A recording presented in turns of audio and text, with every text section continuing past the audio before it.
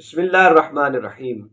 اللہم صلی علی سیدنا محمد وآلہ وعطرتہ بعدد کل معلوم اللہ کا استغفر اللہ الذی لا الہ الا هو الحی القیوم واتوب الیہ یا حی یا قیوم۔ نواب دواخانہ رجسٹرڈ سے میں ہوں حکیم قاری محمد نواب نوری۔ آج ہم گفتگو کریں گے دودھ سوڈا کے بارے میں۔ اس کا مزاج تر سرد ہے، اس کی مقدار خوراک ہے 1 تا 2 گلاس۔ فوائد اس کے ہیں: دودھ سوڈا صفراوی امراض کے لیے نہایت ہی مفید مشروب ہے۔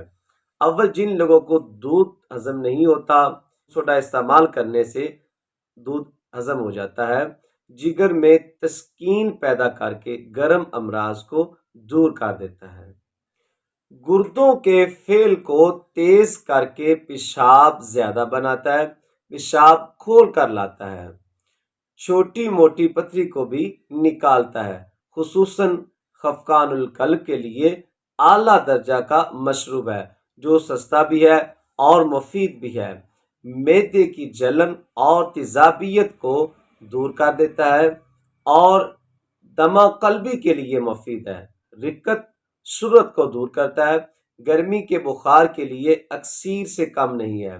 مزے کی بات یہ ہے کہ ہر موسم میں استعمال کیا جا سکتا ہے۔